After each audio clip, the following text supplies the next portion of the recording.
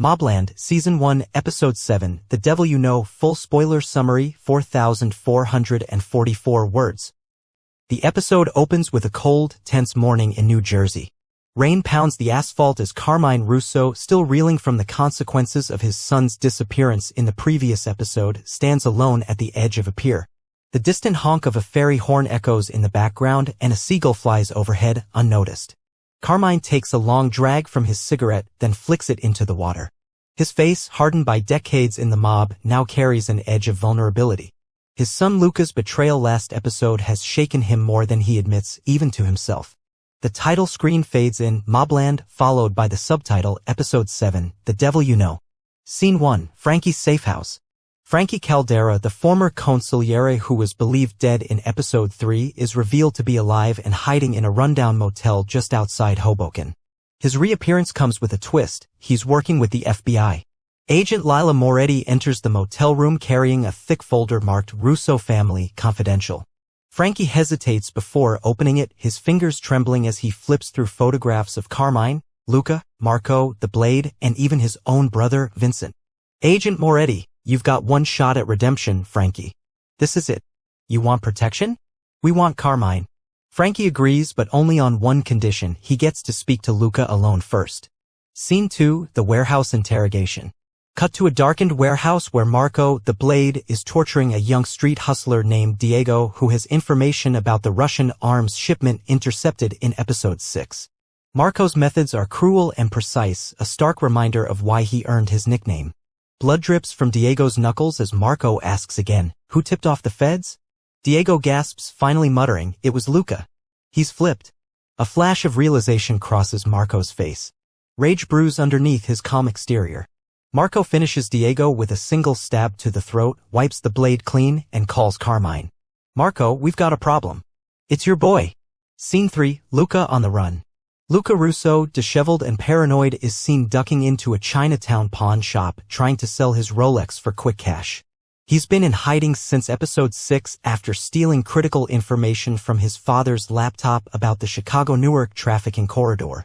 The shop owner recognizes him and tips off the Russo syndicate. Luca buys a burner phone and makes a desperate call to Frankie. Luca, I know you're alive. And I know you used to be one of them. But if you ever cared about my father, you'll meet me. Frankie agrees. They arrange to meet at St. Agnes Cemetery, the Russo family's traditional burial ground. Scene 4, St. Agnes Cemetery. The scene is soaked in gray clouds and looming mausoleums. Luca arrives first, his hoodie soaked from the rain. Frankie emerges from a black SUV, flanked by two undercover agents in civilian clothes.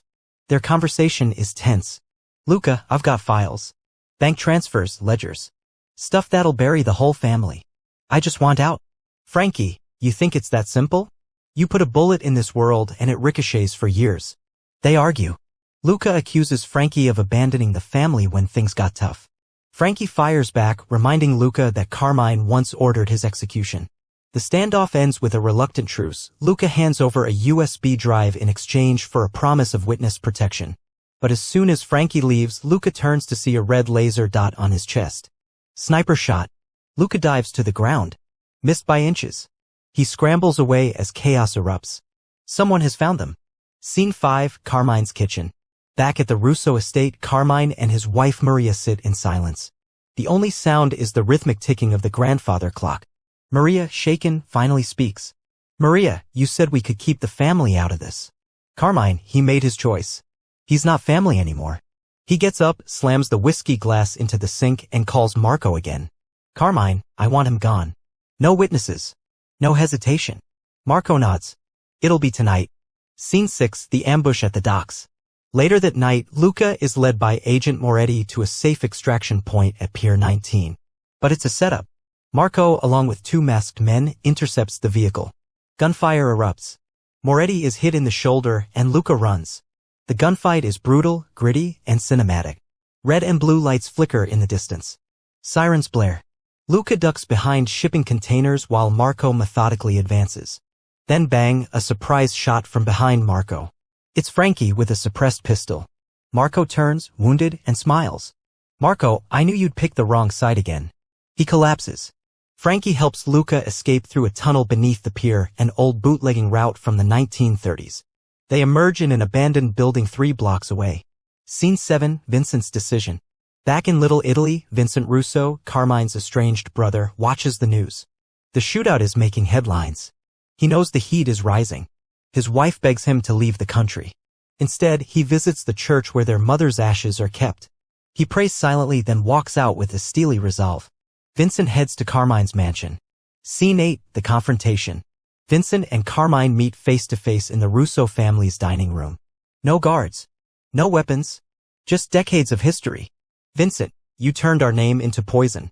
Carmine, I kept it alive. Vincent, you killed everything that made it worth keeping.